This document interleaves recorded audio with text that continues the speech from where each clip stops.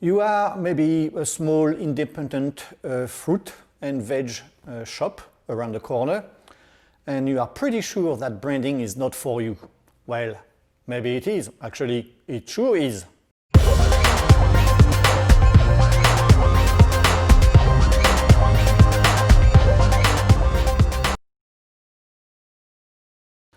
To think that you are not a brand because you are a small corner shop is a big mistake, and you got to make sure that you care about your brand, and you better also make it a good one.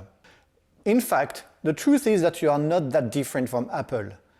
Every business should take care of the image they project.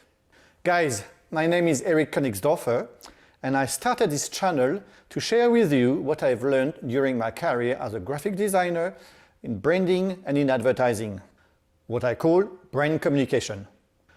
Today, we are going to show you that brands and branding are not just only for big businesses like Apple. It is for everybody. Every business has an image, and they should take care of their branding, or at least make sure it's not a bad image. How can a little shop around the corner be a brand, I hear you asking? Well, a brand, like we said earlier, is not only the Toyotas, Apple, Kmart, Walmart. No. Really, a brand is what defines you, your business. What people think and what people know about your business or yourself or your service. Therefore, you can now see that every business and even everybody is a brand. A brand that you can promote, a brand that you can market. Really, look at a brand like a personality. Everybody has one, even if it's a boring personality. Every business has a perception. People perceive your business in a certain way. Traits and perception form the brand, forms your brand. Businesses and people have traits that form their personality and make them who they are. It is easy to think that branding is something new, like from the 50s, for example. In fact, far from it. The word brand and branding comes from ancient Egypt 5,000 years ago, when cattle farmers were first differentiating their cattle from another farmer's cattle using a hot iron and putting a brand, their logo, onto the cattle's skin. Therefore, making it possible to differentiate their own product as opposed to the competition's product. Therefore, it's not very hard to imagine that some people would have checked the cattle and the product that were offered to them and select with the logo the cattle and the brand they prefer. You see that this is not very different from what's happening today. Okay, that now identifies how a business is a brand, and every business has a brand already. But what about people? Can we, as a person, also be a brand? Well, people are not a commodity, a product, something that you can sell, I say. Are you sure? Think about it. When you set your heart on a particularly attractive person, or you are trying to get a job in a really top firm, aren't you trying to sell yourself, promote yourself, your favorable traits, just like we would do for a product? Of course you are. And you should. In order to be successful, you will have to put forward your favorable traits and what makes you better than your competition.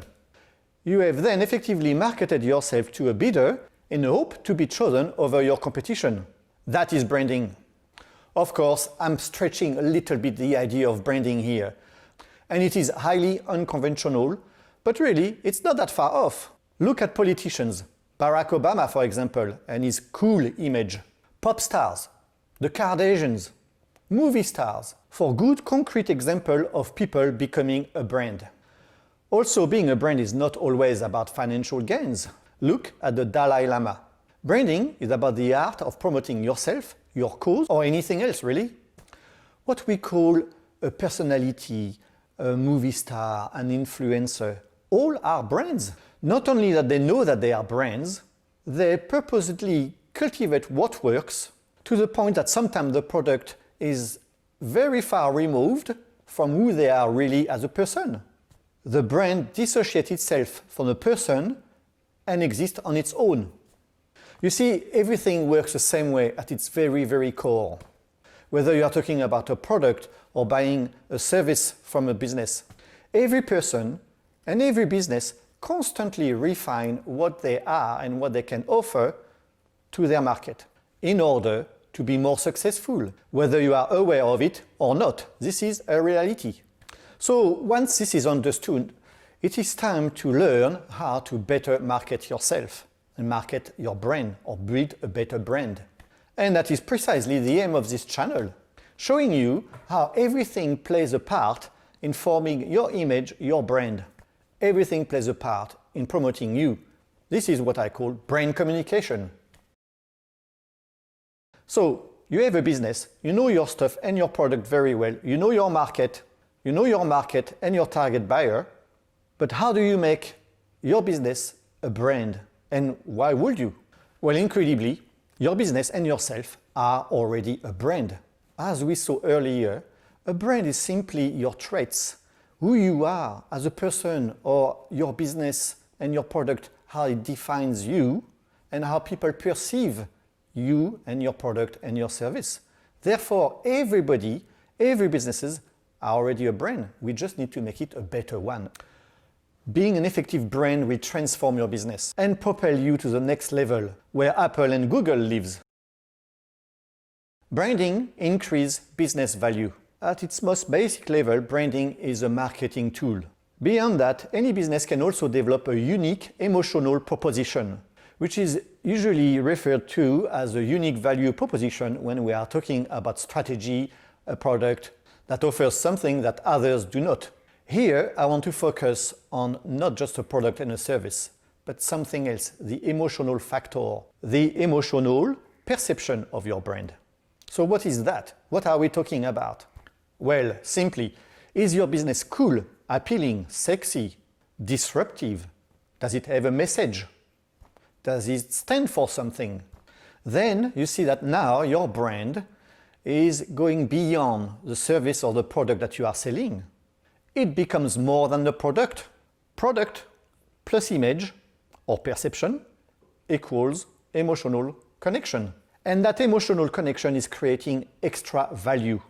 If you can normally sell a good shoe for example, $50, with an emotional connection, you go to the next level and you can sell that same shoe for $150 perhaps. As we've seen, assuming that your product or services are great already, to go to the next level, you want to create an emotional connection with what you have to offer. With an emotional connection, you make people care. There is two types of products. There is the normal regular product that is just what it is, like a broom, a car. And there is the emotional product, the one that you connect with, something that corresponds to a kind of a tribe that you want to belong to, something that's got the same ideals as you have, the same ideas. Again, those two types of products are just like people. There is people who will just sell you a wheelbarrow. You get the wheelbarrow and you get out of here because there is no emotional connection with that person or that purchase or that experience. And without the emotional experience and connection, you just buy your stuff and leave because you do not care. And there is other people that are making such a great personal connection with you that it goes beyond the purchase of a simple wheelbarrow. That connection is so great that you will go home with your wheelbarrow, tell your friends about that shop, that person, the service, and their product. You will also make sure you come back next time you need another tool for the garden or something. You will go to that shop first. That is an emotional connection. And that is what the next level of branding looks like. That's also what made Apple what it is today. When Apple was created, personal computers were really drab and boring. They were like the wheelbarrow we just mentioned. Computers were just tools and boring and frustrating at that too. No emotional connection possible with that. Apple came and changed all that by being the underdog challenging the big establishment, read IBM, and offering a new product that will break the boredom and the frustration associated with personal computers at the time. The maverick, troubleshooter, lateral thinking, free yourself image of Apple was an empty niche then. And also, Apple was really the maverick and the troubleshooter. You do not want to be a fake. You have to be true to the ideals that you are selling. All this goes beyond the product and shows how perception plays a massive part in the decision process. And that's because of that emotional connection with the product and the brand that Apple can charge premium prices. Okay, great. So then, what should I do to create a great brand? To be a successful brand, you just need to be what people want and need. This is the basic branding. And you need to inspire people. You need to make people love you, love your product, love your service. And that is the emotional connection. How do you know what people want? Do your homework. To solve most problems, you often need to just ask the right questions. When you ask the right questions, you know the real problems. And once you know the problem, the answers and solutions will often offer themselves. Pay attention to those crucial points. Know your market. Know your target customer. Know your product. Know your competition's product. Know yourself and what people like in you.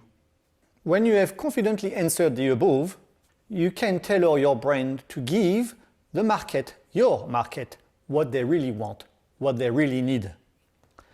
By knowing your market, you'll be able to find out what is missing, what the market needs, and what niche in that market best fits you. By knowing your target customer, you'll be able to find out what they want and cannot yet get. By knowing your product, you will be able to establish whether what you are selling fits with what people need and want. By knowing your competition's product, you will be able to establish what works and what is missing in the current market. By knowing yourself, you will be able to know your weaknesses and your strong points. By putting forward and exploiting your strong points, you can develop a brand that people will like. When you have answered all this, you'll be equipped with the power to transform your brand. Information is power. Paraphrasing Sun Tzu, who was a military strategist 500 BC in ancient China, in The Art of War, Sun Tzu said, "If you know your enemy and know yourself, you cannot lose." Further, he also stressed the importance of knowing the battleground environment, the weather forecast, where the sun was going to be. Are you going to be blinded by the sun, for example? The topography. All this was important. In business, we will translate that with the business environment, the market and business environment. Another trick in order to unlock the potential of your brand is also to walk in the shoes of your target customer. Just walk in their shoes and see what it feels like. If you are selling sneakers, for example, you could ask yourself, would I buy that shoe? Would I be comfortable wearing that shoe day in, day out, every day? Is that shoe expensive? Is that too cheap and make me look cheap? Can people find my shoe? Can people buy my shoe easily, or do they struggle to find my shoe? You could also ask other people that would fit your target profile and see what they say about the market, about your product, what they wish the market would be like, what they can find, what they cannot find in the market. All right, now that you know yourself, the target, the client, or the enemy with Sun Tzu, and you know the environment, you are now able to build a super solid brand. Okay, great. That's the basic branding done. Basic. What about the emotional branding, the emotional connection? How do you get that? Now that you have done your research and your homework, you should be able to identify, beyond the product and service that you can offer, what values are missing in the current market, what the market craves. I had a client who was a new residential builder. At the time, building a house was a bit like playing Russian roulette. You never knew what you would end up with. 1, you will be over budget and over time.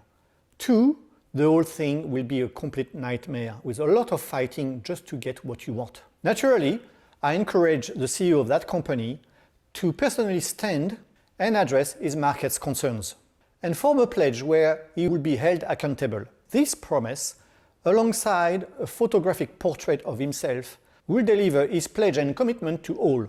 From being a faceless and untrustworthy builder, as often as the competition was, an emotional connection was created. And soon enough, people started to flock in droves to buy and build with him. All we had to do is to walk in the shoes of a prospective buyer who wanted to build their dream home and address their concerns. That was finding the emotional connection. This completely new builder became top 5 builders within 2 years. We've seen that businesses, every businesses, just like people, have traits, something that you can relate to or want to associate with, and others where you have nothing in common and you just want to distance yourself. We've seen that brand can do so much more than just advertising their product and services. Branding can create near unconditional love, or at least loyalty, what you call brand fans or brand faithfuls. And we all know that good leaders can achieve anything when they have the people and the support of the people behind them. That goes for politics, an army general, pop stars, movie stars, as much as it goes for brands. Better make your brand a good one. See you next time!